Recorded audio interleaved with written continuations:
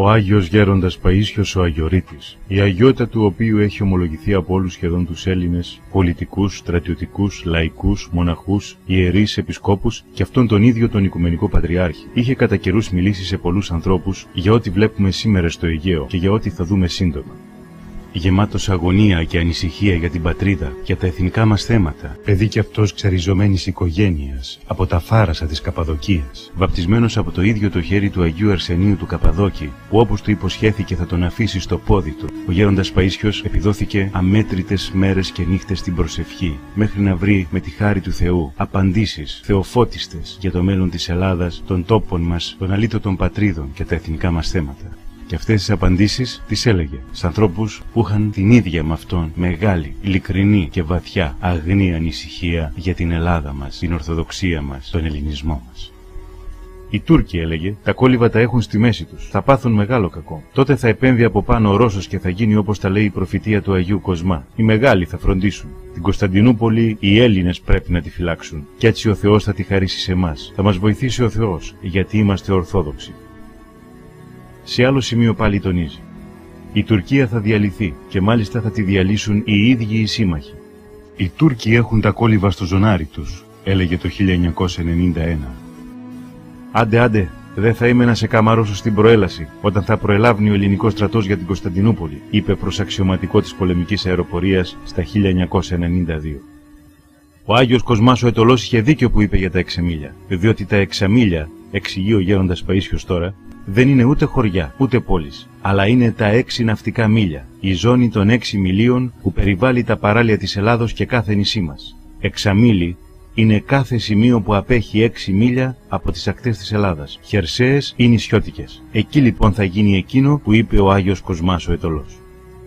Σε άλλο σημείο ο Γέροντας Παΐσιος μιλάει αναλυτικότατα και λέει: όταν ο τουρκικός στόλος ξεκινήσει να κατευθύνεται κατά της Ελλάδος και φτάσει στα 6 μίλια, πράγματι θα καταστραφεί. Θα είναι η ώρα που θα έχουν τα κόλληβα στο ζωνάρι τους. Αλλά αυτό δεν θα γίνει από εμάς. Αυτό είναι το θέλημα του Θεού. Το εξαμίλι θα είναι η αρχή του τέλους. Μετά θα αρχίσουν όλα τα γεγονότα που θα καταλήξουν στο να πάρουμε την πόλη. Την πόλη θα μας τη δώσουν. Θα γίνει πόλεμος μεταξύ Ρωσίας και Τουρκίας. Στην αρχή οι Τούρκοι θα νομίσουν ότι νικάνε, αλλά αυτό θα είναι η καταστροφή τους. Οι Ρώσοι τελικά θα νικήσουν και θα πέσει η πόλη στα χέρια τους. Μετά θα την πάρουμε εμείς. Θα αναγκαστούν να μας τη δώσουν. Σε άλλους προσκυνητές ο Γέροντας Παΐσιος εξηγεί: οι Τούρκοι θα καταστραφούν, θα σβήσουν από το χάρτη, διότι είναι ένα έθνος το οποίο δεν προέκυψε από την ευλογία του Θεού. Από τους Τούρκους το 1/3 θα πάει από όπου ξεκίνησαν, στα βάθη της Τουρκίας. Το 1/3 θα σωθεί, διότι θα έχει εκχριστιανιστεί, και το τελευταίο 1/3 θα σκοτωθεί στον πόλεμο αυτόν. Η Τουρκία, εξηγούσε, θα διαμελιστεί σε 3-4 κομμάτια. Ήδη έχει αρχίσει η αντίστροφη μέτρηση. Εμείς θα πάρουμε τα δικά μας εδάφη, οι Αρμένοι τα δικά τους και οι Κούρδοι τα δικά τους. Το κουρδικό θέμα έχει ήδη δρομολογηθεί. Αυτά θα γίνουν όχι τώρα, αλλά σύντομα, όταν θα πάψει αυτή η γενιά που κυβερνάει την Τουρκία και θα αναλάβει η νέα γενιά πολιτικών. Τότε θα γίνει ο διαμελισμός της Τουρκίας. Πολύ σύντομα, οι προσευχές που γίνονται κάτω από την επιφάνεια της γης θα γίνονται πάνω στη γη και τα κεράκια που ανάβονται κάτω θα ανάβονται πάνω. Πίστη και ελπίδα στο Θεό να υπάρχει και θα χαρούν πολύ. Όλα αυτά θα γίνουν μέσα στα χρόνια αυτά. Έφτασε ο καιρός. Σε άλλο σημείο πάλι εξηγούσε: οι Εγγλέζοι και οι Αμερικάνοι θα μας παραχωρήσουν την Κωνσταντινούπολη. Όχι γιατί μας αγαπάνε, αλλά γιατί αυτό θα συμπλέει με τα συμφέροντά τους. Οι Τούρκοι θα κάνουν μόνο μια πρόκληση στην Ελλάδα, που θα έχει σχέση με την Αιγιαλίτιδα ζώνη και θα μας πιάσει πείνα. Θα πεινάσει η Ελλάδα. Και επειδή θα κρατήσει αυτή η μπόρα κάποιο διάστημα, μήνες θα είναι, θα πούμε το ψωμί ψωμάκι. Και άλλη φορά έλεγε πάλι: να έχετε ένα κτηματάκι και λίγο να το καλλιεργείτε. Κοντά σε εσάς θα βοηθήσετε και κάποιον που δεν θα έχει. Σε άλλον εξηγούσε: όταν ακούσεις στην τηλεόραση να γίνεται θέμα για τα μίλια, για την επέκταση των μιλίων της Αιγιαλίτιδας ζώνης από 6 σε 12 μίλια, τότε από πίσω έρχεται ο πόλεμος. Ακολουθεί: μετά την πρόκληση των Τούρκων θα κατεβούν οι Ρώσοι στα στενά, όχι για να βοηθήσουν εμάς. Αυτοί θα έχουν άλλα συμφέροντα. Αλλά χωρίς να το θέλουν, θα βοηθάνε εμάς. Τότε οι Τούρκοι, για να υπερασπιστούν τα στενά, που είναι στρατηγικής σημασίας, θα συγκεντρώσουν εκεί και άλλα στρατεύματα. Παράλληλα δε θα αποσύρουν δυνάμεις από καταληφθέντα εδάφη. Όμως θα δουν τότε τα άλλα κράτη της Ευρώπης, συγκεκριμένα η Αγγλία, η Γαλλία, η Ιταλία και άλλα 6-7 κράτη της ΕΟΚ, ότι η Ρωσία θα αρπάξει μέρη. Οπότε θα πούν: δεν πάμε κι εμείς εκεί πέρα, μήπως πάρουμε κανένα κομμάτι? Όλοι όμως θα κυνηγούν τη μερίδα του λέοντος. Έτσι θα μπουν και οι Ευρωπαίοι στον πόλεμο. Θα βγάλει η ελληνική κυβέρνηση απόφαση να μην στείλει στρατό. Θα κρατήσει στρατό μόνο στα σύνορα. Και θα είναι μεγάλη ευλογία που δεν θα πάρει μέρος. Γιατί όποιος πάρει μέρος σε αυτόν τον πόλεμο, τον ευρωπαϊκό, χάθηκε. Οι Τούρκοι θα μας χτυπήσουν, εξηγούσε σε άλλον προσκυνητή. Αλλά η Ελλάδα δεν θα πάθει μεγάλη ζημιά. Δεν θα περάσει πολύς καιρός μετά την επίθεση των Τούρκων στη χώρα μας και τότε οι Ρώσοι θα χτυπήσουν τους Τούρκους και θα τους διαλύσουν. Όπως ένα φύλλο χαρτί που το χτυπάς και διαλύεται, έτσι και οι Τούρκοι θα διαλυθούν. Το 1/3 από αυτούς θα σκοτωθεί. Το 1/3 θα εκκριστιανιστούν. Και το 1/3 θα πάει στην κόκκινη μιλιά. Η χρησιμοποίηση των νερών του Εφράτη για αρδευτικά έργα από τους Τούρκους θα είναι μια προειδοποίηση ότι άρχισε η προετοιμασία του μεγάλου πολέμου που θα ακολουθήσει. Μετά τη διάλυση της Τουρκίας, η Ρωσία θα συνεχίσει τον πόλεμο μέχρι τον Περσικό κόλπο και θα σταματήσουν τα στρατεύματά της έξω από την Ιερουσαλήμ. Τότε οι δυτικές δυνάμεις θα δώσουν προθεσμία στους Ρώσους για να αποσύρουν από τα μέρη αυτά τα στρατεύματά τους. Τόσο χρόνο όσο χρειάζεται για να γίνουν τα λάχανα, δηλαδή 6 μήνες. Η Ρωσία όμως δεν θα αποσύρει τις δυνάμεις της και τότε οι δυτικές δυνάμεις θα αρχίσουν να συγκεντρώνουν στρατεύματα για να επιτεθούν στους Ρώσους. Ο πόλεμος που θα ξεσπάσει θα είναι παγκόσμιος και θα έχει ως συνέπεια να χάσουν οι Ρώσοι. Θα ακολουθήσει μεγάλη σφαγή. Οι μεγαλοπόλεις θα γίνουν παραγκοπόλεις. Εμείς οι Έλληνες δεν θα συμμετάσχουμε στον παγκόσμιο πόλεμο. Η διοίκηση της πόλης από εμάς θα είναι και στρατιωτική και πολιτική, έλεγε το 1991. Εσύ, είπε σε νεαρό φοιτητή του Πολυτεχνείου Ξάνθης, σαν πολιτικός μηχανικός θα συμβάλει στην ανοικοδόμηση της πόλης, γιατί η πόλη θα ανοικοδομηθεί από την αρχή. Έλεγε ο γέροντας Παΐσιος. Δεν ήθελα τίποτα άλλο. Να με κρατούσε ο Θεός ακόμα λίγα χρόνια στη ζωή, για να έβλεπα την πατρίδα μου μεγαλωμένη. Θα μεγαλώσει. Η Τουρκία θα διαμελιστεί. Ο διαμελισμός αυτός σίγουρα μας ικανοποιεί και μας συμφέρει ως κράτος. Έτσι θα απελευθερωθούν τα χωριά μας, οι αλήτρωτες πατρίδες. Η Κωνσταντινούπολη θα ελευθερωθεί. Θα ξαναγίνει ελληνική. Θα ξαναλειτουργήσει η Αγία Σοφιά.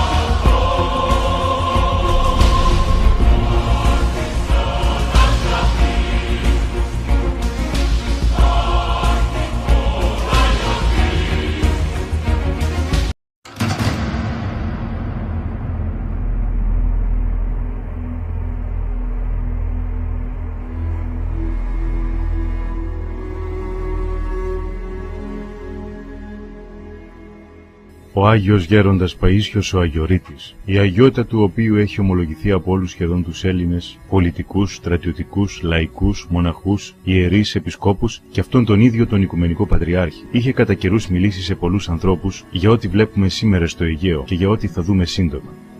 Γεμάτος αγωνία και ανησυχία για την πατρίδα, για τα εθνικά μας θέματα, παιδί κι αυτός ξεριζωμένης οικογένειας, από τα Φάρασα της Καπαδοκίας, βαπτισμένος από το ίδιο το χέρι του Αγίου Αρσενίου του Καπαδόκη, που όπως του υποσχέθηκε θα τον αφήσει στο πόδι του, ο γέροντας Παΐσιος επιδόθηκε αμέτρητες μέρες και νύχτες στην προσευχή, μέχρι να βρει με τη χάρη του Θεού απαντήσεις θεοφώτιστες για το μέλλον της Ελλάδας, των τόπων μας, των αλήτωτων πατρίδων και τα εθνικά μας θέματα. Και αυτές τις απαντήσεις τις έλεγε σε ανθρώπους που είχαν την ίδια με αυτόν μεγάλη, ειλικρινή και βαθιά αγνή ανησυχία για την Ελλάδα μας, την Ορθοδοξία μας, τον ελληνισμό μας. Οι Τούρκοι, έλεγε, τα κόλληβα τα έχουν στη μέση τους. Θα πάθουν μεγάλο κακό. Τότε θα επέμβει από πάνω ο Ρώσος και θα γίνει όπως τα λέει η προφητεία του Αγίου Κοσμά. Οι μεγάλοι θα φροντίσουν. Την Κωνσταντινούπολη οι Έλληνες πρέπει να τη φυλάξουν. Και έτσι πείνα, θα πεινάσει η Ελλάδα. Και επειδή θα κρατήσει αυτή η μπόρα κάποιο διάστημα, μήνες θα είναι, θα πούμε το ψωμί ψωμάκι. Και άλλη φορά έλεγε πάλι: να έχετε ένα κτηματάκι και λίγο να το καλλιεργείτε. Κοντά σε εσάς θα βοηθήσετε και κάποιον που δεν θα έχει. Σε άλλον εξηγούσε: όταν ακούσεις στην τηλεόραση να γίνεται θέμα για τα μίλια, για την επέκταση των μιλίων της Αιγιαλίτιδας ζώνης από 6 σε 12 μίλια, τότε από πίσω έρχεται ο πόλεμος. Ακολουθεί. Μετά την πρόκληση των Τούρκων θα κατεβούν οι Ρώσοι στα στενά, όχι για να βοηθήσουν εμάς. Αυτοί θα έχουν άλλα συμφέροντα. Αλλά χωρίς να το θέλουν, θα βοηθάνε εμάς. Τότε οι Τούρκοι, για να υπερασπιστούν τα στενά, που είναι στρατηγικής σημασίας, θα συγκεντρώσουν εκεί και άλλα στρατεύματα. Παράλληλα δε θα αποσύρουν δυνάμεις από καταληφθέντα εδάφη. Όμως θα δουν τότε τα άλλα κράτη της Ευρώπης, συγκεκριμένα η Αγγλία, η Γαλλία, η Ιταλία και άλλα 6-7 κράτη της ΕΟΚ, ότι η Ρωσία θα αρπάξει μέρη. Οπότε θα πούν: δεν πάμε κι εμείς εκεί πέρα, μήπως πάρουμε κανένα κομμάτι? Όλοι όμως θα κυνηγούν τη μερίδα του λέοντος. Έτσι θα μπουν και οι Ευρωπαίοι στον πόλεμο. Θα βγάλει η ελληνική κυβέρνηση απόφαση να μην στείλει στρατό. Θα κρατήσει στρατό μόνο στα σύνορα. Και θα είναι μεγάλη ευλογία που δεν θα πάρει μέρος. Γιατί όποιος πάρει μέρος σε αυτόν τον πόλεμο, τον ευρωπαϊκό, χάθηκε.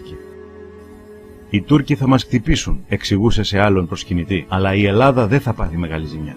Δεν θα περάσει πολύς καιρός μετά την επίθεση των Τούρκων στη χώρα μας και τότε οι Ρώσοι θα χτυπήσουν τους Τούρκους και θα τους διαλύσουν. Μίσουν ότι νικάνε, αλλά αυτό θα είναι η καταστροφή τους. Οι Ρώσοι τελικά θα νικήσουν και θα πέσει η πόλη στα χέρια τους. Μετά θα την πάρουμε εμείς, θα αναγκαστούν να μας τη δώσουν. Σε άλλους προσκυνητές ο γέροντας Παΐσιος εξηγεί: οι Τούρκοι θα καταστραφούν, θα σβήσουν από το χάρτη, διότι είναι ένα έθνος το οποίο δεν προέκυψε από την ευλογία του Θεού. Από τους Τούρκους το 1/3 θα πάει από όπου ξεκίνησαν, στα βάθη της Τουρκίας. Το 1/3 θα σωθεί, διότι θα έχει εκχριστιανιστεί, και το τελευταίο 1/3 θα σκοτωθεί στον πόλεμο αυτόν. Η Τουρκία, εξηγούσε, θα διαμελιστεί σε 3-4 κομμάτια. Ήδη έχει αρχίσει η αντίστροφη μέτρηση. Εμείς θα πάρουμε τα δικά μας εδάφη, οι Αρμένοι τα δικά τους και οι Κούρδοι τα δικά τους. Το κουρδικό θέμα έχει ήδη δρομολογηθεί. Αυτά θα γίνουν όχι τώρα, αλλά σύντομα, όταν θα πάψει αυτή η γενιά που κυβερνάει την Τουρκία και θα αναλάβει η νέα γενιά πολιτικών. Τότε θα γίνει ο διαμελισμός της Τουρκίας. Πολύ σύντομα, οι προσευχές που γίνονται κάτω από την επιφάνεια της γης θα γίνονται πάνω στη γη και τα κεράκια που ανάβονται κάτω θα ανάβονται πάνω. Πίστη και ελπίδα στο Θεό να υπάρχει και θα χαρούν πολύ. Όλα αυτά θα γίνουν μέσα στα χρόνια αυτά. Έφτασε ο καιρός. Σε άλλο σημείο πάλι εξηγούσε: οι Εγγλέζοι και οι Αμερικάνοι θα μας παραχωρήσουν την Κωνσταντινούπολη. Όχι γιατί μας αγαπάνε, αλλά γιατί αυτό θα συμπλέει με τα συμφέροντά τους. Οι Τούρκοι θα κάνουν μόνο μια πρόκληση στην Ελλάδα που θα έχει σχέση με την Αιγιαλίτιδα ζώνη και θα μας πιάσει. Ο Θεός θα τη χαρίσει σε εμάς. Θα μας βοηθήσει ο Θεός, γιατί είμαστε Ορθόδοξοι.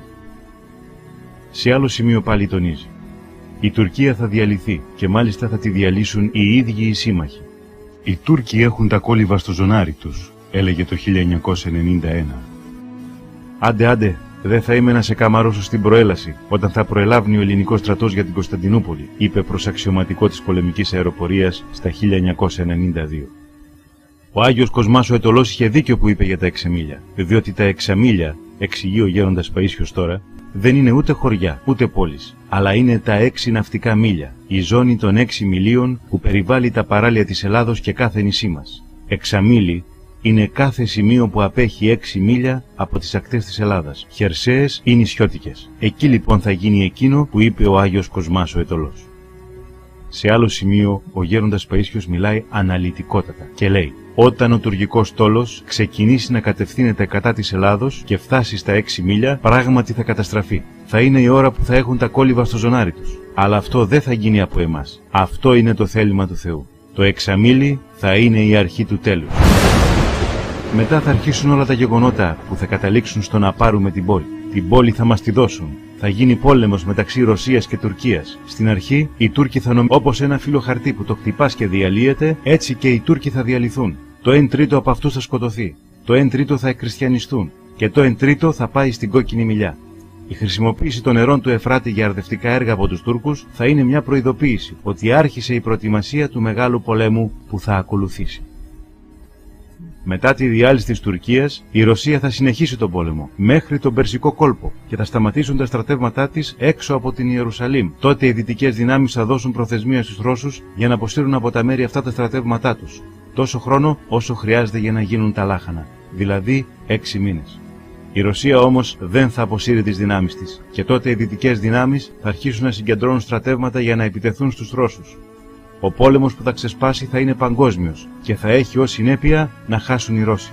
Θα ακολουθήσει μεγάλη σφαγή. Οι μεγαλοπόλεις θα γίνουν παραγκοπόλεις. Εμείς οι Έλληνες δεν θα συμμετάσχουμε στον παγκόσμιο πόλεμο. Η διοίκηση της πόλης από εμάς θα είναι και στρατιωτική και πολιτική, έλεγε το 1991. Εσύ, είπε σε νεαρό φοιτητή του Πολυτεχνείου Ξάνθης, σαν πολιτικός μηχανικός θα συμβάλει στην ανοικοδόμηση της πόλης, γιατί η πόλη θα ανοικοδομηθεί από την αρχή. Έλεγε ο γέροντας Παΐσιος. Δεν ήθελα τίποτα άλλο. Να με κρατούσε ο Θεός ακόμα λίγα χρόνια στη ζωή, για να έβλεπα την πατρίδα μου μεγαλωμένη.